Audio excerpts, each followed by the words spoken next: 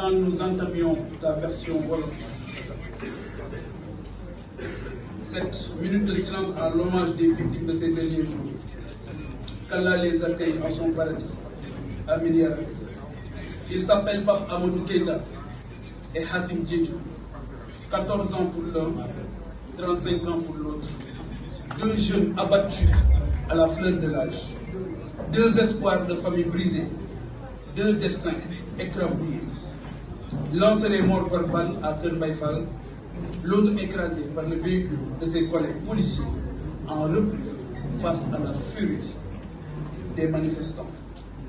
Tous ces deux sont victimes. Tous ces deux destins sont victimes.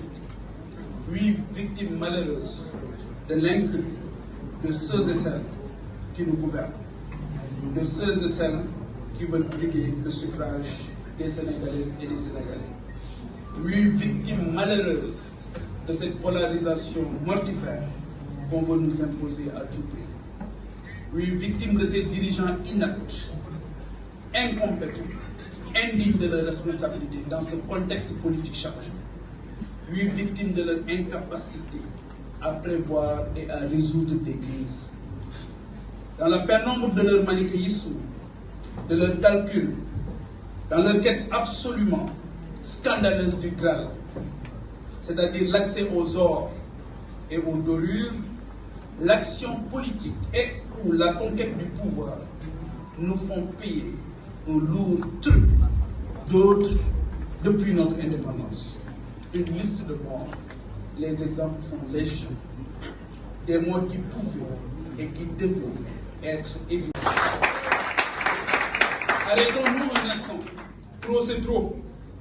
À côté de ces pertes en vies humaines, mesurons assez l'impact sur la vie des citoyens en termes de transport public, notamment pour l'opérateur public Dakar Dem Dikk, déjà mal en point, qui subit l'incendie volontaire de dizaines de bus.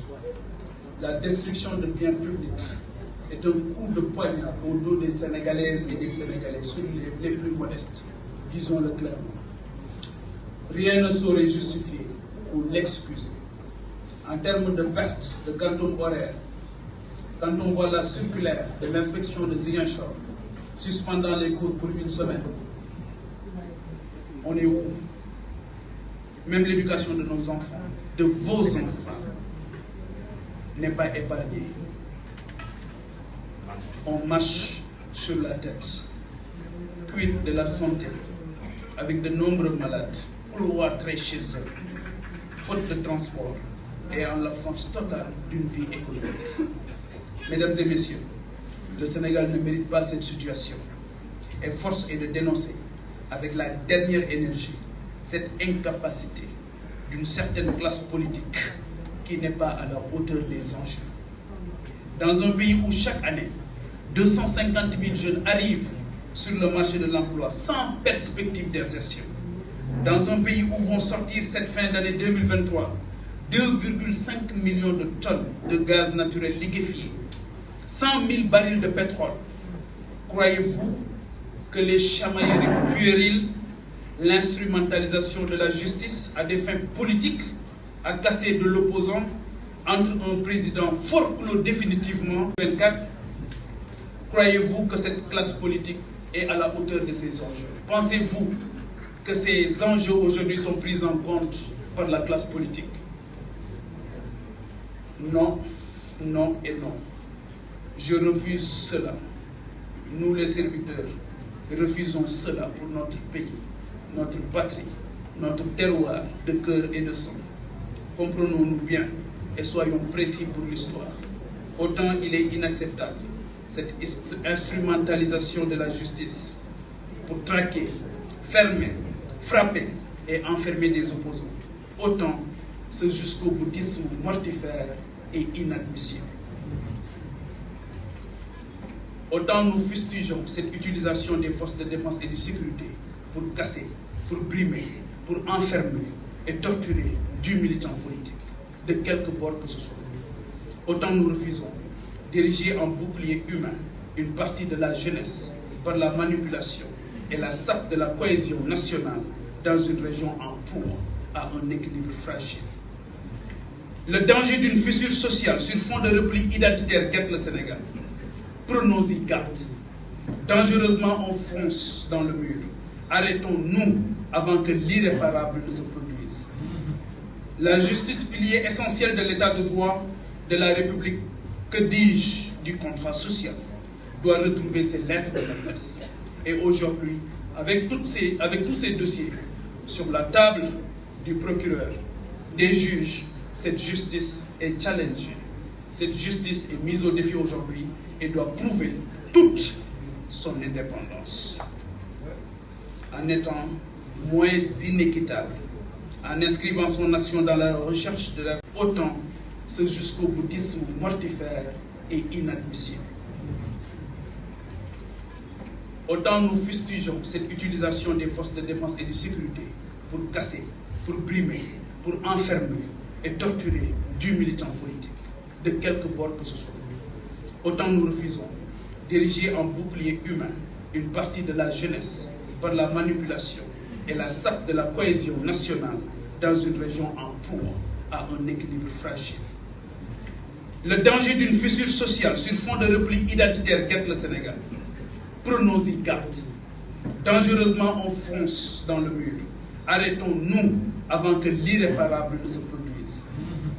La justice, pilier essentiel de l'état de droit de la République, que dis-je, du contrat social, doit retrouver ses lettres de noblesse. Et aujourd'hui, avec tous ces dossiers sur la table du procureur, des juges, cette justice est challengée. Cette justice est mise au défi aujourd'hui et doit prouver toute son indépendance. En étant moins inéquitable, en inscrivant son action dans la recherche de la vérité, la seule dans son temps, sans influence ou agenda politico-politicien. De même, il ne saurait exister dans une république, à moins qu'elle ne soit bananière des catégories de citoyens différentes. Et aujourd'hui, il est dans l'obligation de la justice de démontrer que les citoyens naissent libres et égaux en dignité et en paix. C'est cela la vérité. Les arrestations arbitraires doivent cesser immédiatement. Les quelques 500 personnes embastillées ces temps-ci, à moins qu'elles ne soient bananières des catégories de citoyens différentes. Et aujourd'hui, il est dans l'obligation de la justice de démontrer que les citoyens naissent libres et égaux en dignité et en paix. C'est cela la vérité. Les arrestations arbitraires doivent cesser immédiatement. Les quelques 500 personnes embastillées ces temps-ci, souvent des jeunes à la fleur de l'âge, des espoirs emprisonnés, des talents bâillonnés, des énergies claquemurées, bref, un Sénégal garrotté. J'interpelle la communauté internationale, les amis du Sénégal, à jouer leur rôle et à alerter l'opinion publique internationale sur les graves risques de basculement qui guettent notre pays, qui reste un phare dans cette Afrique subsaharienne. Ces partenaires doivent parler et agir avant que cela ne soit trop tard. Personne, je dis bien personne, n'a intérêt à une déstabilisation du Sénégal. Dans ce contexte géopolitique mondial, je conclus hélas pour évoquer encore ce grand drame qui a frappé récemment notre jeunesse, la jeunesse de Ngor, avec la mort de la jeune fille Adja Diallo, des suites du litige foncier opposant les populations à un démembrement de l'État, en l'occurrence la gendarmerie. Ce conflit traduit l'échec d'une gouvernance foncière,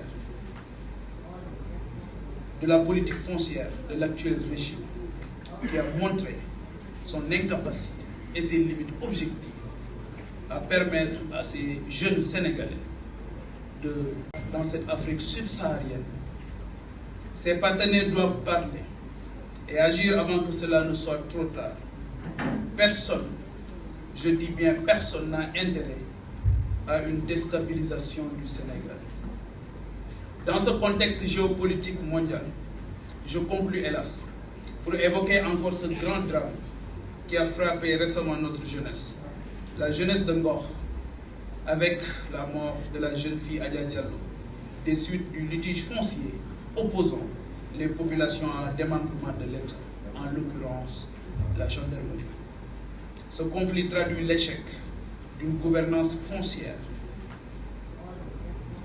de la politique foncière de l'actuel régime, qui a montré son incapacité et ses limites objectives à permettre à ces jeunes Sénégalais de disposer d'un toit décent, mais aussi de disposer tout simplement d'espaces collectifs pour leur épanouissement. Son impéritie, son grave échec, j'y reviendrai avec des propositions fortes et concrètes lors de nos échanges futurs. Un peuple, un but, une foi.